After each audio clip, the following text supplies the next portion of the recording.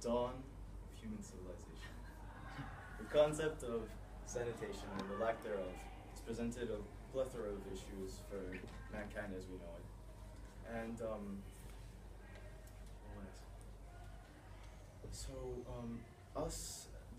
our Global Issues Conference, my colleagues and I, we have invested our time in Malawi in trying to facilitate a village whereby the sanitation is relatively low compared to the standards that you and I are accustomed to. And we would like to, in this presentation, we're going to be sharing some context to what the sanitation crisis is.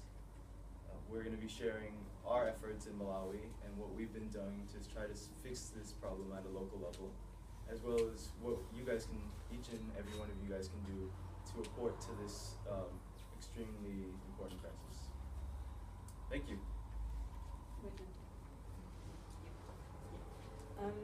So first I want to take you back to this morning. Your alarm clock rang at like 6 or something like that, quite early for this time, we all agree on that. Then maybe you took a shower, maybe you brushed your teeth, maybe you dressed up or you put makeup on. And certainly you also went to the bathroom. And now I want you to ask that question and for you to think about it. So if you couldn't use the toilet this morning, what would you have used? And now you can discuss about it. You also window.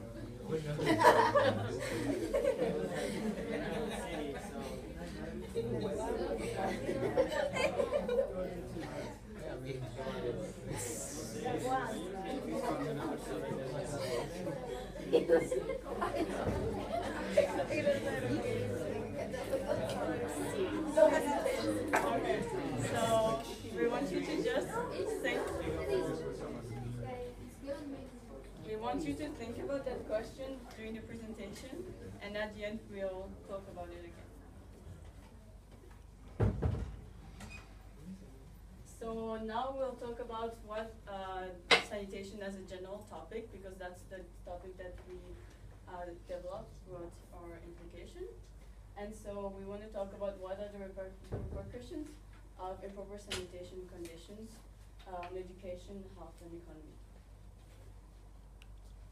So lack of sanitation is one of the world's leading cause of infection, which can be cholera, which kills around 120,000 people a year, malaria, diarrhea, which is the second most common cause of death for kids under the age of 5, and as well as arsonisis.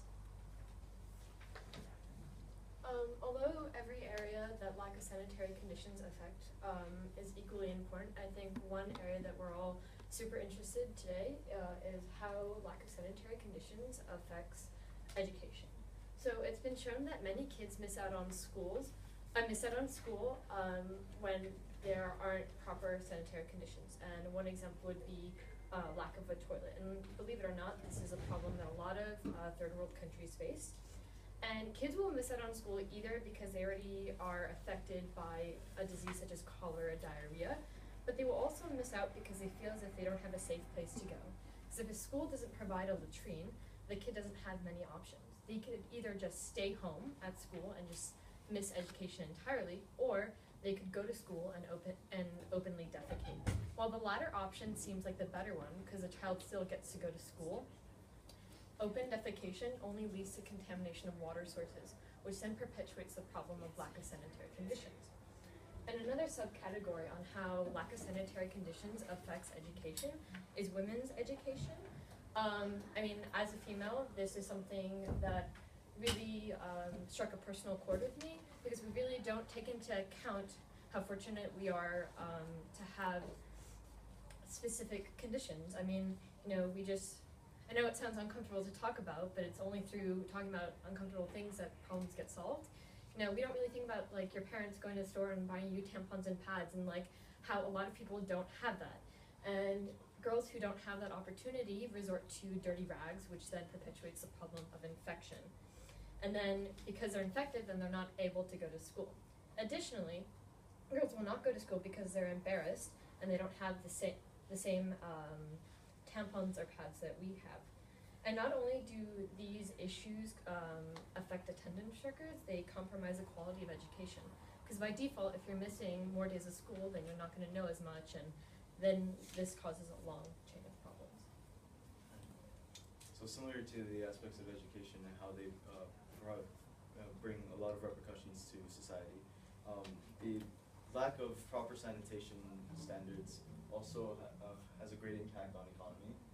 Coming from a place that really has a strong liability on the proper sanitation, I used to live in the Bahamas, and over there it was, I recall that fisheries and local places, they couldn't scrap that, I'm sorry. Alright, so the lack of potable water can affect the fishery and agriculture, and this is what I was trying to get at. But I'm getting really nervous, guys, I'm sorry. And I just wanted to say that by openly defecating, we are contaminating local fishery areas, and it causes migratory patterns that are unaccustomed to fisheries. And this causes, so by openly defecating, fish, they change their migratory patterns in order to seek places that are cleaner and that provide substantial nutrition and cleaner place to live. So that causes a hindrance in the economy. And the diminished workforce will, as we were talking about, people who get infected with illnesses such as cholera, they are unable to attend to their workplace, and that causes hindrances in the quality of the workplace and the quality of the workforce. And an increased risk of infectious disease can perpetuate death, so accounting for more than 4.8 billion or $12 per capita annually, as the WSP states. So now we'll talk about the solution that is for that problem, and more specifically the work of NGOs for resolving the problem of sanitation. So what we did, we worked with an NGO called Friends of Malawi, and we helped build a latrine in a village called Kolala. And so there are many places in the world that lack of sanitation, but we chose Malawi. And the reason for that choice is because this country has very basic level of sanitation, because only 37% of the population has access to good hygiene, which is very low. And it's a very rural country, which explains for that first percent. And so we wanted to focus on the school part of it, so that's why we decided to develop a partnership with the director of this local school. Because in Malawi, there is a very low ratio of schools that have latrines. And so there have... Hello, sorry for the interruption. We know that some sessions started a bit over time, and we really don't want to cut the session short. So it's okay to go a bit past the time. We'll have snacks for you waiting in the lobby. Thank you. So I was saying that the ratio of the toilets to pupils was 1 to 134 for girls and 1 to 136 for boys. So basically there is one latrine for 134 girls and one latrine for 136 boys, which is unthinkable when you think the amount of toilets that you have in this country. So there are a lot of dilemmas that organizations face is that they will just go in and temporarily fix the problem without empowering the people. They will just donate food and clothes, but they don't really consider the people in the area and the long-term effects. So you may be asking, like, why is empowerment important? Empowerment is important because it creates sustainability. So the locals can continue to benefit off the project without creating a dependent relationship. As soon as an aid organization stops donating without empowering the people, the problem perpetuates. A lot of you are familiar with the organization TOMS. and for every pair of shoes that they donate, a child in need will receive a shoe. However, they don't really consider the locals in the area, and I think potentially a better alternative to Tom's, or something that they can improve upon in their organization, is training people in the local village to make shoes, so then that can improve the economy there as well. And additionally, lack of shoes really isn't a problem in the world. Poverty is poverty is a problem, and lack of shoes is part of that. So now we'll go on to the activity. So you can turn on the blue paper that's on the desk. And we would like you first to read the paper, and once you're done reading, just look up.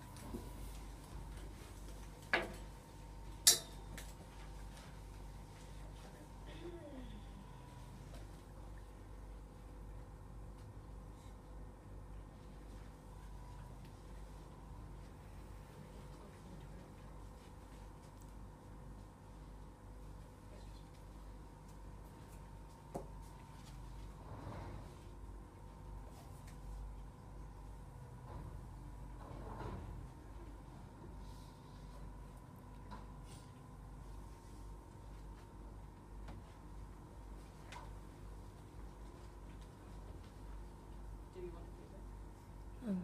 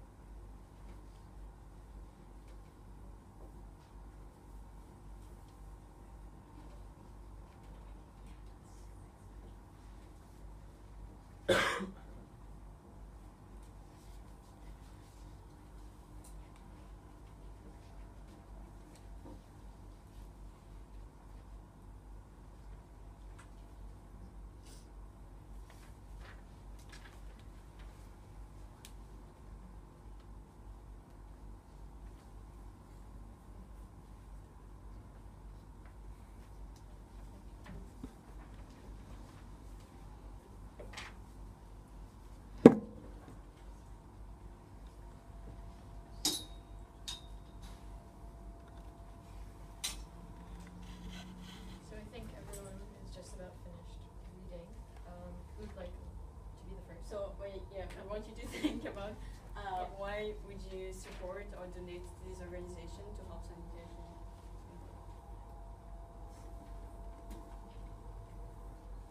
Just like simple reason. One reason is because apparently it makes people healthier and thus fights disease in general. Which one are you choosing? I chose the water project. Wait, what's your reason? I said that, like, well, that's something they all have in common, but I'm just choosing the water project in general. That it keeps people sanitized and therefore fights diseases a lot and keeps people healthy, therefore less deaths, therefore at least. And why would you choose the water project over the other? Cause it's stationed in a very poor country, So, I feel that those people need it more first than other people, which sounds unfair, but it's true. I would choose water.org because it's need-based, so the solutions are tailored to the needs of each community. So I would choose that one just because there's more impact for the money donating for that organization. Do you feel as if, like, based off the information presented, that there are any cons to this organization? Or do you think that everything is positive? I mean, It's not a trick question. Yeah, If yeah. you don't see any, that's fine. yeah, I don't see any cons. Who else? I chose the water project, and I think it's really good because it's led by the people of Kenya, and they have been trained and equipped to engage in their own local communities to do the services for themselves. Yeah, so I would also choose the water project because it helps people self-sustain themselves and the economy in their area, while Samaritan's Purse, I think it's too religious, and water.org does not help them self-sustain. And do you think, like an NGO being religiously based is negative? Yes. How come? Because I believe that sometimes when it's religiously based, they try to impose their religion on the people they help, or at least, right, I'm not Christian. And then I have had people running around, missionaries running after me trying to get me to be Christian. It's not a fun experience, but when you depend on them for water, it's a different scenario. You might accept it for the water. Does everyone agree with that? Or Yeah.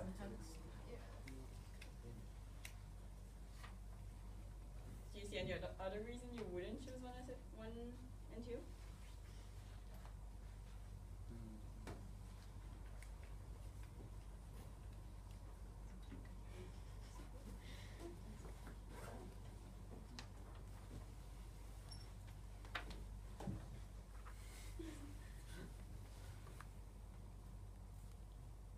Would anyone else like to go discuss their reasoning? Well, I would choose water.org, not only to what's your name? Lucas. To what Lucas said. I agree with what he said, but also because of their last point. It says we primarily build wells and pumps, but assess each project on their needs.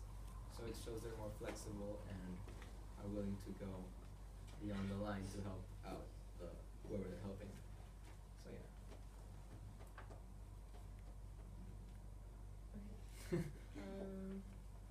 Can we get some more voices? Miss Elke, what do you think? Well, I was thinking they seem a lot the same, and from a little research, I know that some of these different NGOs actually endorse each other.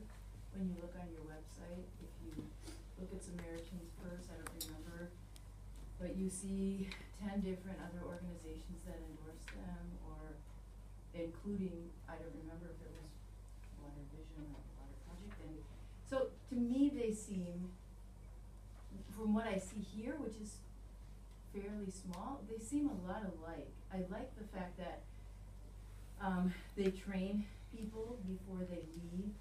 It seems like they're using technology that is available, whether it's a simple hole or a simple pump. So I don't have enough information to know which one I would support. I mean, with a name like Water Project or Water.org, that certainly draws me more to them because of the name. And the information here looks more, there's more information about the community being involved. And I have a question for all of you to answer. Do you feel as if transparency in how an organization spends its money is as important as the sustainability aspect? Yes. Or would you say yes? Like, why are they equal and one's not more important? Because an NGO stands for a non-governmental organization, or so there's it's a non-profit organization, an NPO, a lot of these are. And the whole point of them is that the people working, they don't make a profit out of it. And when there's no transparency, then you don't know where the money is going to, and if the money you donate really goes to where it belongs. if the people who get it are not the people who need it or the people who are just want to get richer. Does anyone else have an opinion on that? I agree with him. Yeah, I got pretty scar on.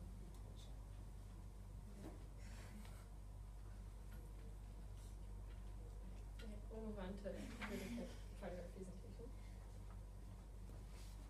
Alright, So, we're for the following part of the presentation, we're going to be touching upon the different,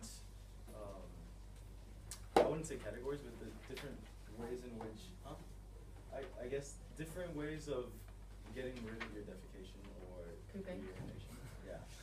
There's no lightly way to put this.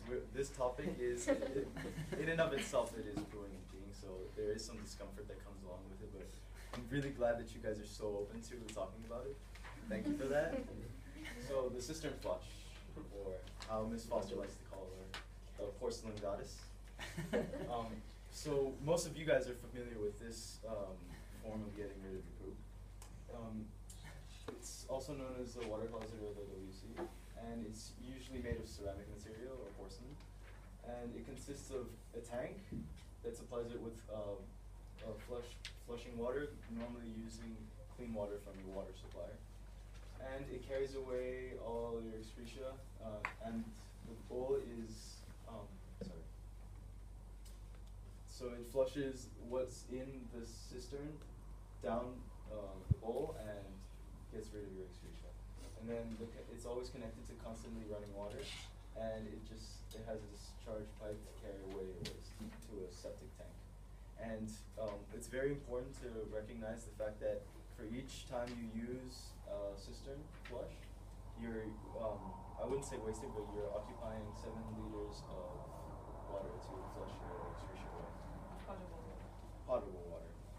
So that's an important term actually for our presentation to acknowledge. So I'm pretty sure most of you guys know that potable water is just water that is considered to be at a degree of sanitation that can be drinkable. So another option is the single or double pit latrine, and it consists of a hole dug in the ground, which is covered by a slab or door over the hole, and your waste goes into that hole when you poop or pee, and it's a dry hole, and it's constructed on a mound, so a slight mound, so the water from like the river where you get like water doesn't go with it, so it doesn't contaminate the water anymore. And then a lid is placed on top of that, so flies don't go in, and so it's a bit healthier. And then the double pit latrine, there's 2 holes, and one is used until it's like full, and when that one is full, you have to wait 6 or 9 months. Well, and yet you're using the other one. So the first hole is you have to wait 6 or 9 months, so the waste can decompose. Yep. okay, the last one that we're gonna present, there is more, but these are like the principal type. So the pour flush toilet is kind of an in-between between cistern toilets and the latrine.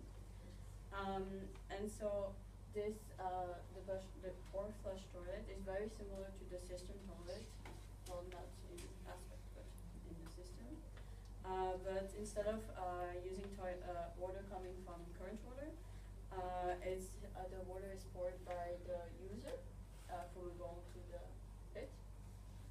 And so one flush uses approximately 2 to 3 liters, and it doesn't have to be potable water. And wastewater can be either disposed in a septic tank or in a leach pit, which contains excreta, cleansing water, and flush water. And so with time, the same principle as with pit latrine, it leaches, concentrates, and migrates into the soil, and so it decomposes. And so, yeah, we're talking about these different types of toilets because in our discussion, after we helped the Malawi project, we kind of asked ourselves if instead of helping other people developing other system, we didn't need to change our system as well. And so we started questioning our sanitation system and more specifically the cistern system. And so, Alright, so yeah. Basically what we wanted to do is, now that we've talked about these multiple ways of getting rid of your excreta, which what do you guys think about these alternatives? So, I don't know, because we're all, I'm pretty sure most of us are accustomed to using cistern flushes, so what do you guys think of the alternative ways of getting rid of your excreta? They're feasible. I mean, I stayed at a hotel where they use a two-pit latrine. It was decent. I liked it. Like normal. It wasn't something out of the ordinary. I think that the first one, the one with the hole, would not be too suitable because it would be not so healthy, and by the time you need to fill up a hole, and if we were supposed to use it in a school, it'd be pretty hard to, like with many floors, it'd be pretty hard to dig a hole down.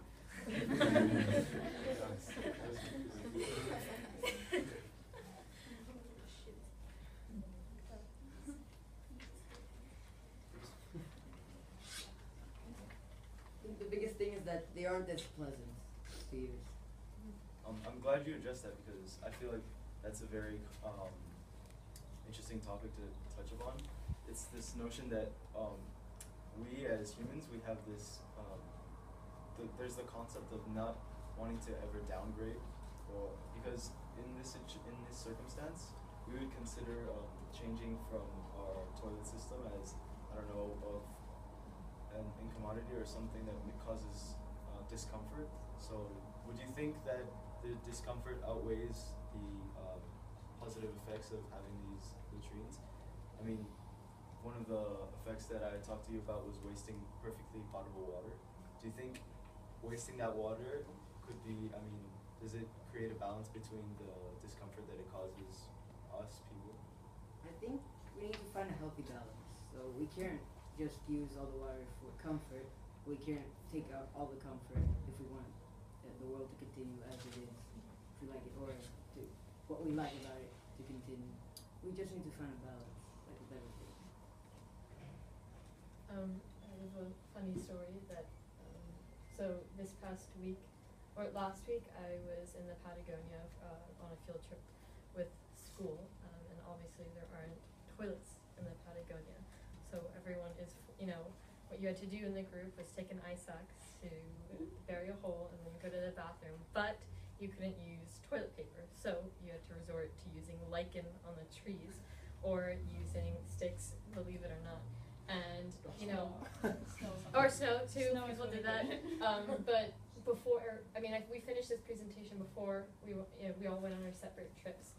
But really experiencing it made me think about like going to the bathroom like as a luxury, because I mean it is, and not everyone can afford that. Obviously, I mean according to your presentation, but it's just interesting how those experiences really make you consider what is a luxury and what isn't, because I mean it seems arbitrary to go to the bathroom, but we really don't think about the implications. And also, I mean, the idea of like not using toilet paper, even toilet paper is a luxury, and if you use toilet paper on the trip, you would have to carry it around with you. So it's much easier to just resort to natural things. Okay, so we have a last question for you, which is that now that you know these alternatives, how far would you go to change your habits and to implement actually these alternatives in your life? I mean, it's okay to say that, you're already too comfortable using a toilet. I mean, I don't know if it's necessarily okay, but it's an honest answer, and I think that's more interesting than mine. I would, but I live in a 6th floor in an apartment, so like if there was an alternative in a way to install it, but it would have to go for every single toilet in the apartments, Or you have to go Yeah. all the way outside. Can they make for the whole building too? Yeah, they could, like Well, it's huge. If there's no problem, it will drop down anyhow. Yeah, It doesn't matter. exactly. Maybe that's a solution. Yeah. to me, here you have, you know, NGOs trying to get clean water for people, and then you're flushing 7 liters at a time of clean water. Yeah. It's ludicrous, you know? So much water for such a Something that doesn't like even naturally require water. So. and that's not even you have to wash your hands afterwards, regardless. Yeah, and then you touch the doorknob again, and then your hands are just dirty again. So. I don't know. It's hard living in the city. If there was a way to do it, I would. If everybody could just have like a huge bag of leaves, and we would use that instead of water. And Honestly, like, I think I would speak for all girls. I think that I wouldn't be able to use even if there was an option. Because I think that as a girl, as a woman, it doesn't really, it's not something you would choose over a comfortable toilet. Because, yeah, I mean, personally, I was able to do it in the Patagonia, and it's like, it's uncomfortable to talk about, but I mean, that's our entire presentation is uncomfortable. It kind of, like when we were on the trip, people would be like, okay, do you want to go to the bathroom together? And then you'd find some remote place from the campsite and you'd diverge, you know, some 200 feet from each other. So even, it kind of became this way to like, not connect with people, because I know that sounds gross. But I mean, it kind of became a ritual. Like you knew, like, okay, you're my bathroom buddy, and we're going, but we're gonna completely separate, and it's just interesting. I mean, if we going could to do the that. same experience together, but separated. It's a weird way to make friends.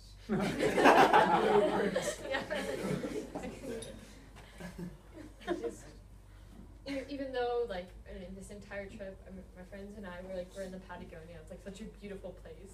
One of the biggest points of discussion was the bathroom. And like, I think that being in such an extreme environment and considering like how comfortable we actually are, it just made me reconsider a lot. Does anyone have any questions? Comments? do you guys have any plans for the future? Well, the latrines that we built in Malawi are currently being used, and since like we are very focused on sustainability, and they were able to build them, and we're in contact with them through email and Skype. But currently, our club is still debating on what we should do to move forward. We want to focus on women's sanitation because that's really important, and it's, I think, a problem that our club has faced when we discussed it, because in a lot of third world countries that don't normally use tampons and pads, if we stop supplying them, then as I said, the problem just perpetuates. But if we keep supplying them and they just burn them, then that harms the environment, because a lot of people burn their trash. But we have found that there are organizations that make reusable pads that are clean, and you can wash them after X amount of time. But we're also focused on a lot of things, so. Talk about the toilets that, I'm not very close, okay? The toilets in Santiago, like the possible toilets that don't use water. Yeah. Well, we discussed about implementing one in school, but We're trying to figure it out. yeah, still trying. Yeah, because we want to like present it like as a model, like one of these toilets is a model for education, but we also don't want it to make it seem like gross, so people don't use it. Like we don't want to make it something. Have a negative connotation. Yeah, negative connotation. We want people to engage in it, but since it's such an uncomfortable topic, such as pooping, you know, it's hard to get people to listen. But do they smell bad? no. No, there's a system of ventilation that you can put that the air actually goes through and goes not through the latrine like the place you go to, but from another hole and put it to the air. So there's like a system of ventilation. So it still smells at least. It smells, but at a distance Yeah. from the actual location. Yeah, I think that bathrooms in schools smell gross. I mean, we're all okay with that when we consider those comfortable. So, no one has any more questions. That's the end of our presentation. Thank you.